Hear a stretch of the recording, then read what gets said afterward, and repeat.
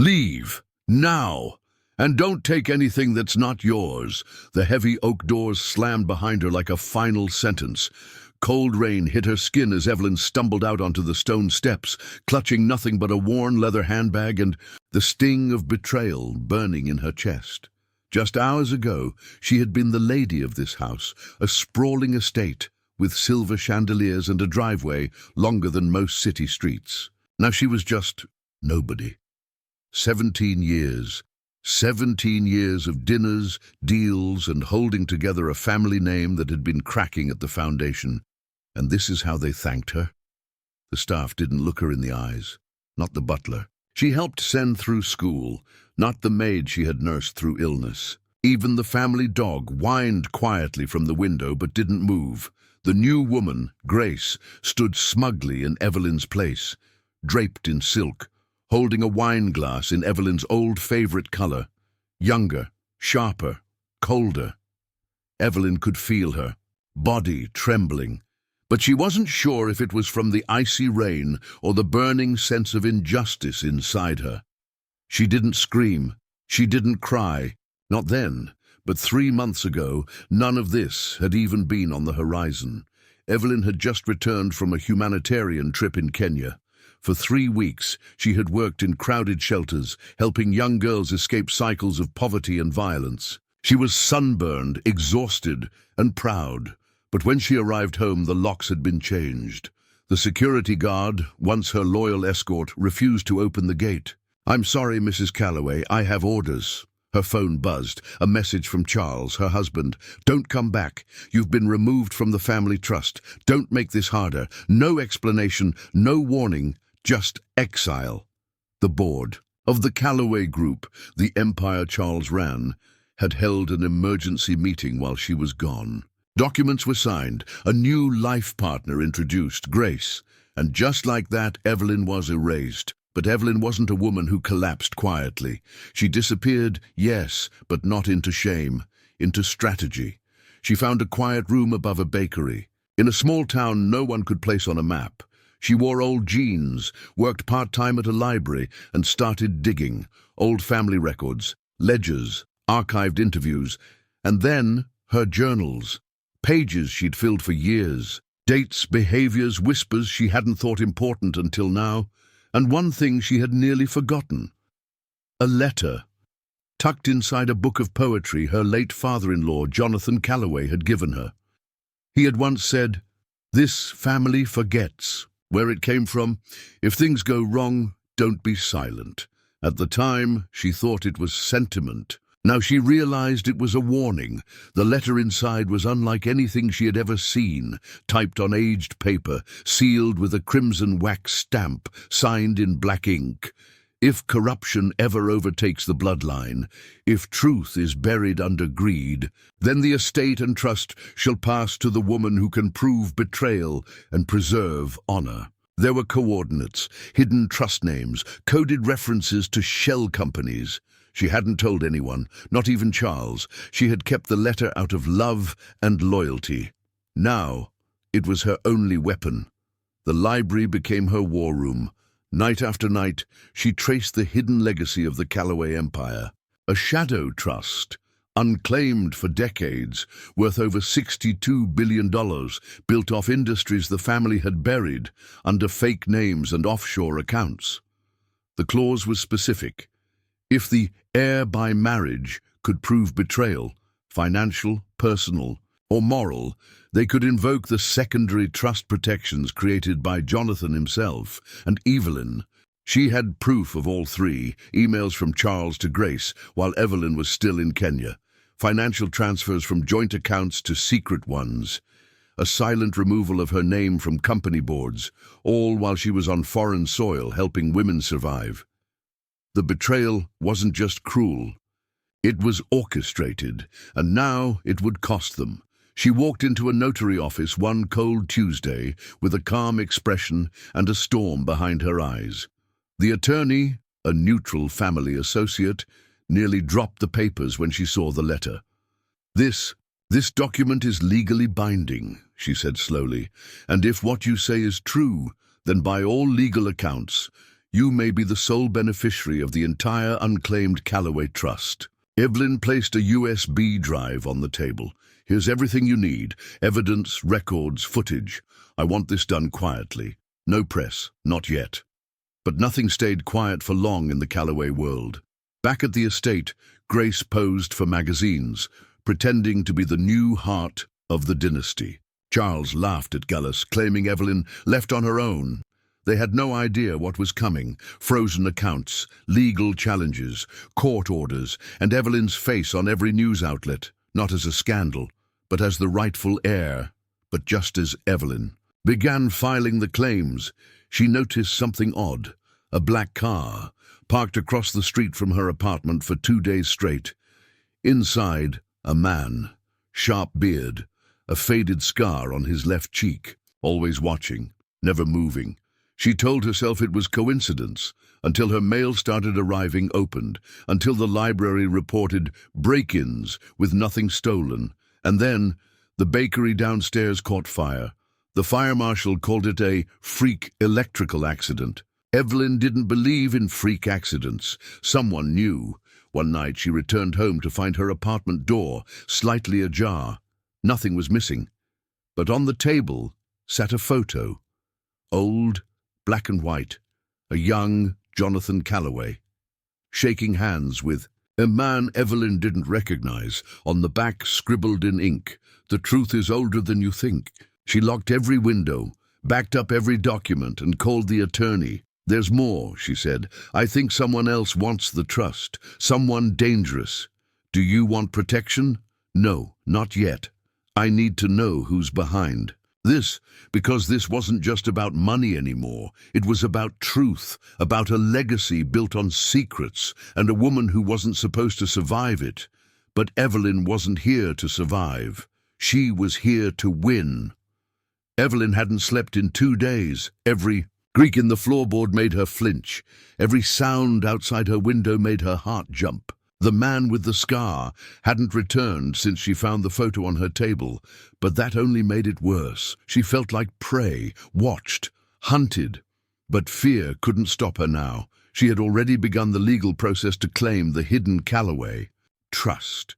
Lawyers were whispering. Board members were panicking.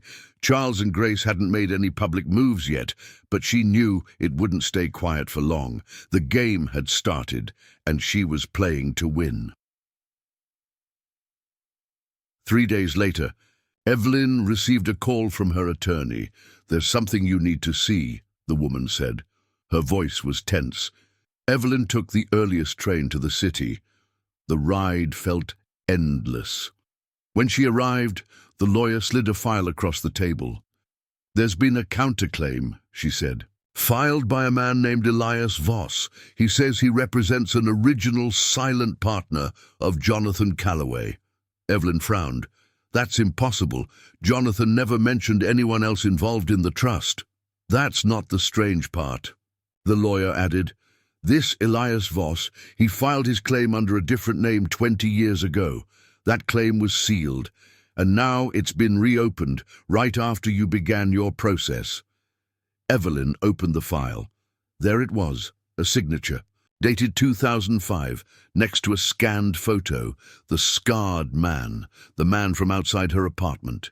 He wasn't just watching her, he was part of this. That night, Evelyn stayed up reading everything she could find about Elias Voss. Most of it was buried deep, hidden, in old news articles, business documents, and one brief court mention from years ago. He was once a rising investor in Europe. Smart, private, and dangerous, linked to shell companies, connected to questionable deals, always one step ahead of regulators. Then he vanished. No one had heard from him in nearly 15 years, until now. And now he wanted a share of the $62 billion legacy Evelyn had just unearthed. While Evelyn hunted for answers, the media caught wind of the legal drama. A leaked headline spread like wildfire. "Billion-dollar heiress returns from exile, but there's another claimant." Pictures of Evelyn appeared alongside blurry shots of Charles and Grace leaving a restaurant. Public sympathy leaned toward Evelyn. especially as her past in charity work resurfaced. But behind the headlines, Evelyn was cracking. She didn't trust her phone. Her emails glitched. One of her backup drives vanished from her drawer. Then another envelope appeared under her door.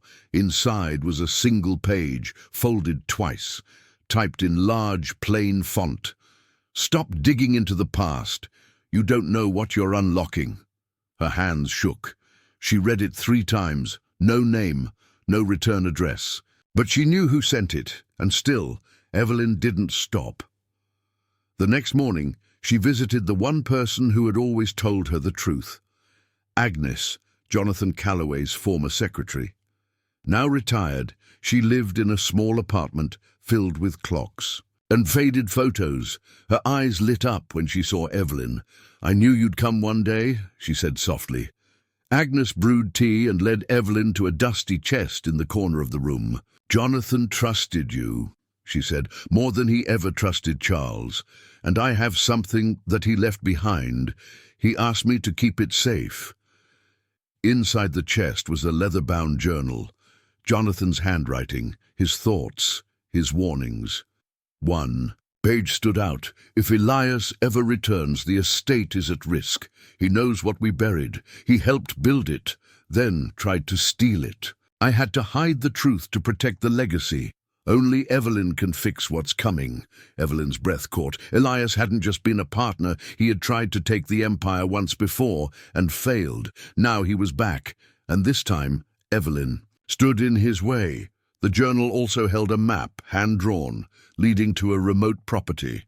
Jonathan once bought under a fake name. Evelyn drove for hours through winding back roads, following the map.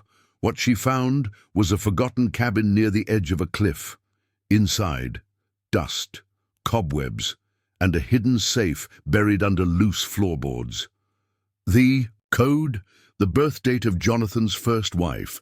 Evelyn opened it. Inside, documents, photos, letters, evidence of transactions, hidden investments, and a list of names connected to Elias's criminal network. It wasn't just money Jonathan was protecting. It was the truth. The entire Calloway fortune had been built with Elias in the shadows, until Jonathan forced him out and erased his part. Now Elias wanted revenge. As Evelyn drove back, she felt something shift inside her. This wasn't just about inheritance anymore. It was war. Grace and Charles were merely the face of the betrayal. But Elias was the hand in the dark, pulling strings, rewriting history. And he was getting closer.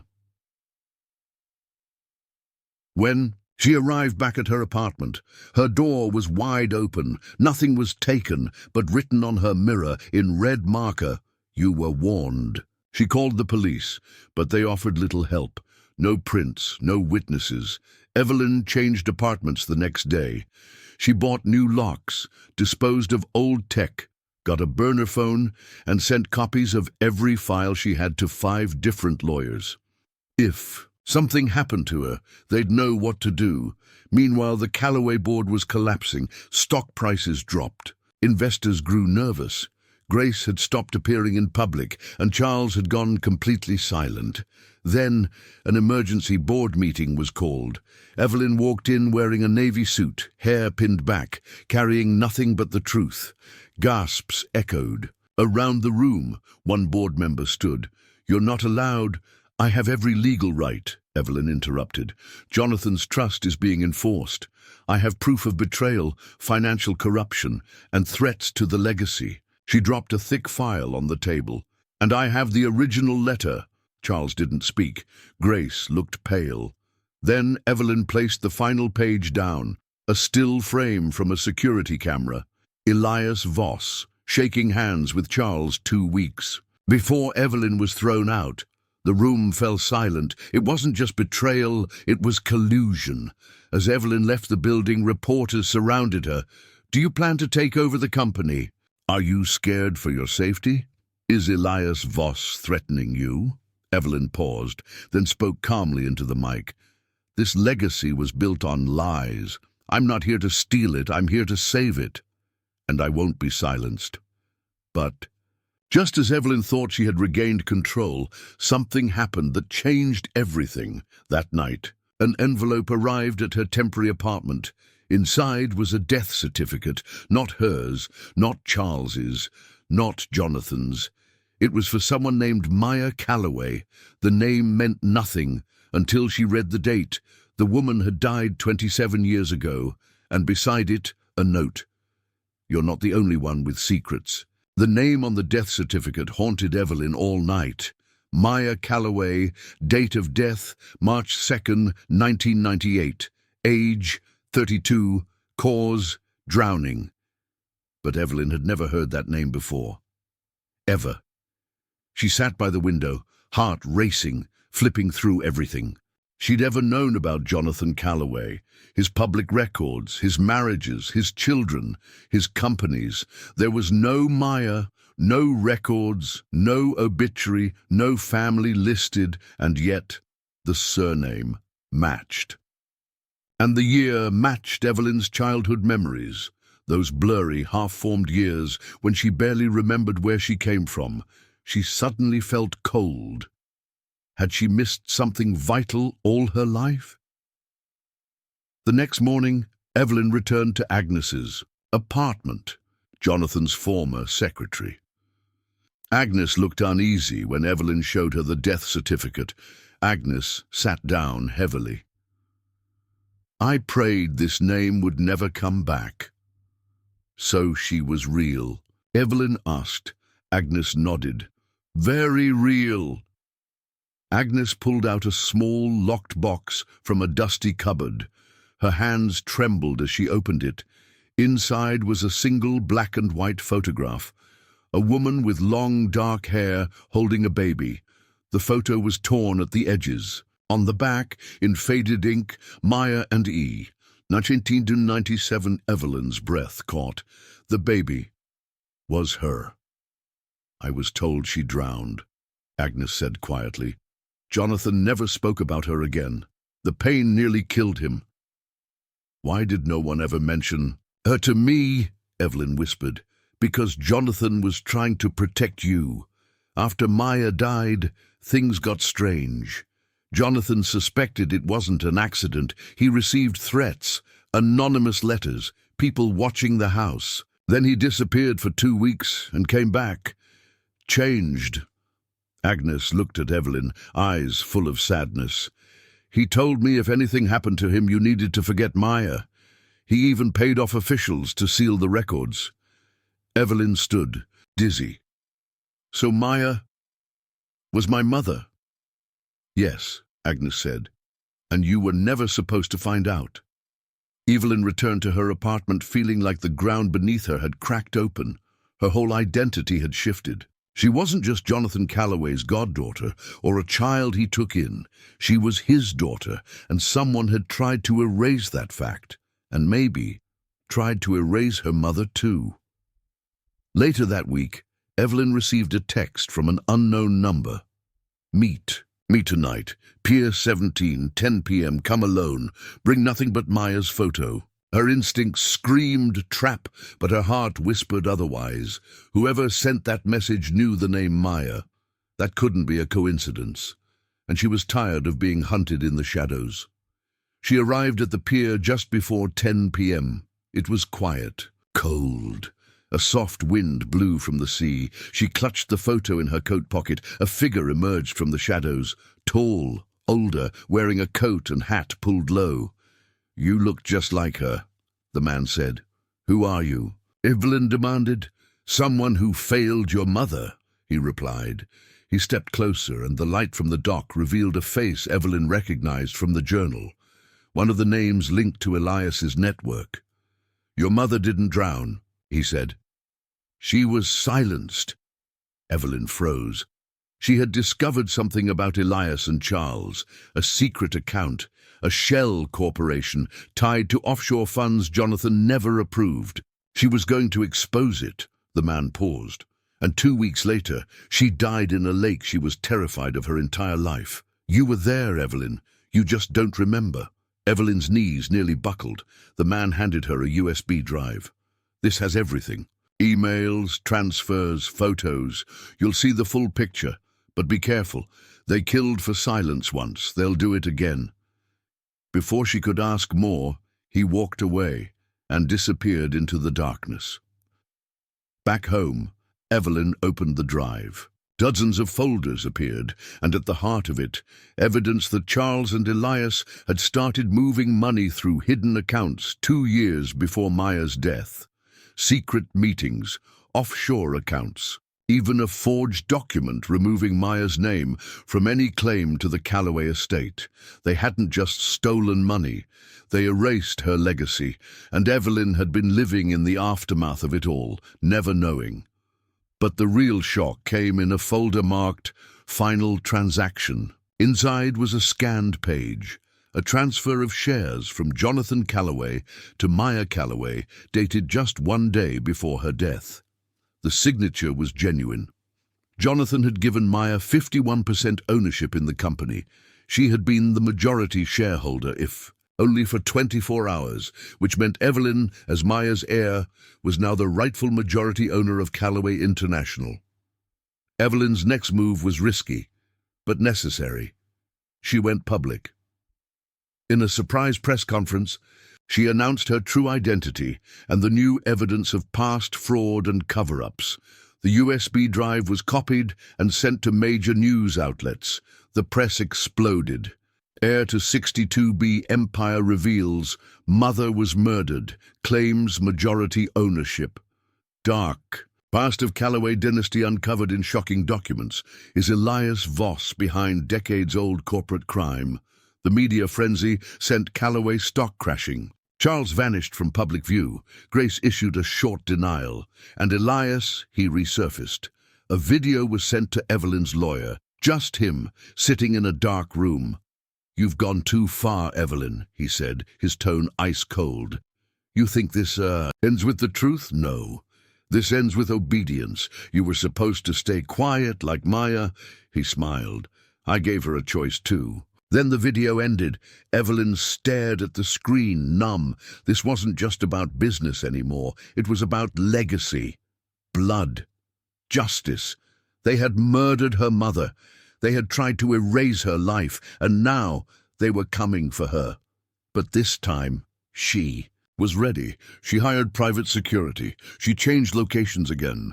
She brought in forensic experts to track down the last financial connections between Elias and the Calloway board, and she filed a court order to freeze all remaining accounts tied to the old network. In court, her lawyers laid out everything. The death of Maya Calloway, the secret transfer of shares, the forged documents, the connection between Charles and Elias, the threats made to Evelyn in recent weeks. The judge agreed to a temporary freeze and ordered a full investigation. But it wasn't enough for Evelyn. She wanted answers, real answers. She returned to the cabin one last time, the place where Jonathan had hidden the journal. She combed through every inch of the place again, walls, ceilings, floors, and then she found it. A second compartment behind a false panel in the fireplace. Inside, a sealed envelope marked with just one word, daughter. Her hands trembled as she opened it. Inside was a letter from Jonathan. "If you found this, it means the truth has returned to the surface. Maya was the bravest soul I ever knew. She died protecting our daughter. I am sorry for the silence. I was afraid. I thought hiding your origins would protect you. I was wrong. Take back what is yours, not just the company, but your mother's dignity and your own life. You were never unwanted. You were never weak. You are the future." She died. For Evelyn wept. Not just for Maya, but for all the years she thought she was nothing. She wasn't just someone thrown out of an estate. She was the center of everything. Later that night, Evelyn received a final text from an unknown number. "Meet me tomorrow. The end is near. Bring the letter." And she knew. The final confrontation had begun. Evelyn arrived at the location from the mysterious message just before dusk. A crumbling estate on the edge of the city, once owned by a defunct Callaway subsidiary. The silence was unnerving. The letter from her father felt warm in her coat pocket, as if it were his final embrace. She stepped inside. The building groaned under its own weight. Decades of decay had stained the walls, but something about the place felt staged, as if someone had prepared it for tonight. A single light was on at the end of the hall. She walked toward it slowly, her heartbeat loud in her ears. And there he was, Elias Voss, sitting at a long table sipping whiskey, dressed in an immaculate suit that didn't match the ruin around him. "You came," he said, almost pleased. "I always finish what I start," Evelyn replied, her voice steady. Elias motioned for her to sit. "She didn't. I warned your mother too," he said casually. "She didn't listen either." Evelyn's fists clenched. "You killed her." "I didn't pull the trigger," Elias said, "but I ensured the silence, and it worked. For 28 years. But now," Evelyn said, reaching into her coat, "you're the one who's finished." She placed the letter from Jonathan and a folder on the table, documents, emails, audio recordings, the original share transfer, the entire mountain of evidence. "You can't bury this," she said. "It's already been filed with the SEC, FBI, DOJ, and a dozen international watchdogs. You're exposed." Elias studied her for a long time. Then he chuckled softly. "You really think justice matters? These agencies, these systems, they're slow, fragile. A man like me slips through cracks you didn't even know existed." "Maybe once," Evelyn said, "but not now. You're not dealing with men anymore." She leaned forward.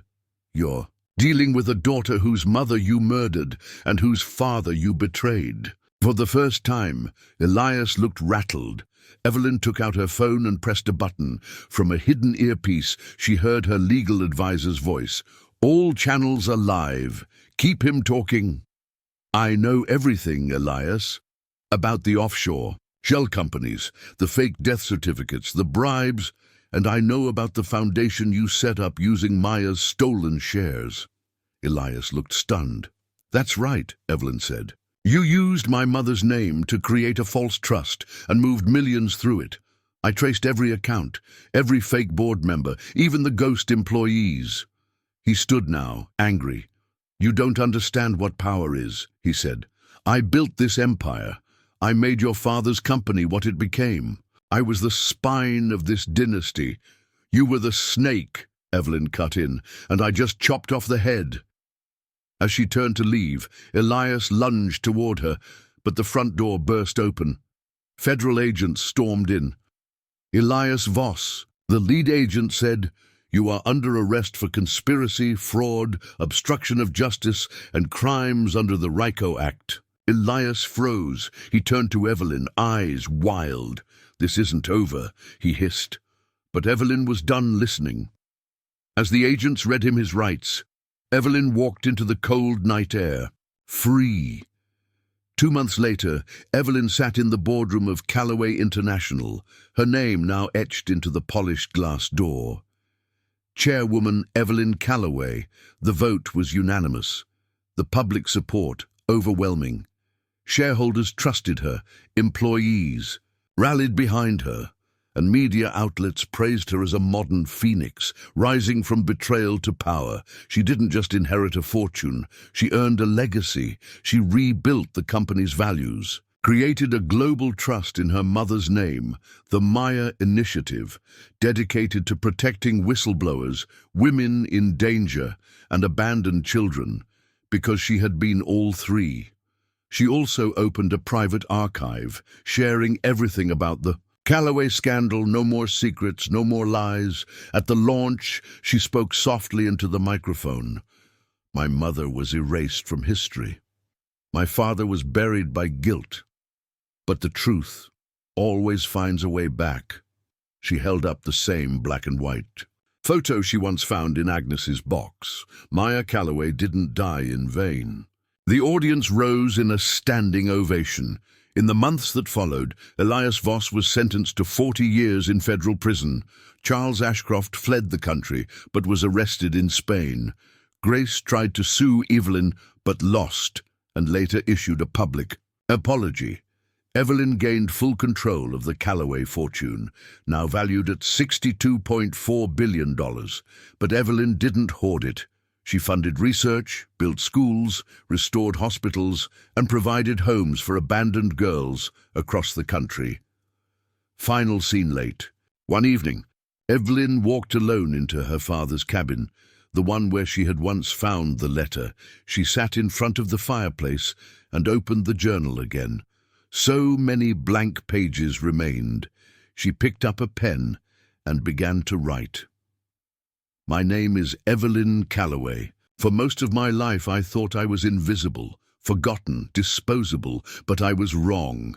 I wasn't thrown out, I was hidden. And now I've returned, not just to reclaim a fortune, but to write the truth back into history. This is not the end. It's the beginning. She smiled softly, because some stories don't end with vengeance. They end with healing and power and peace. The end.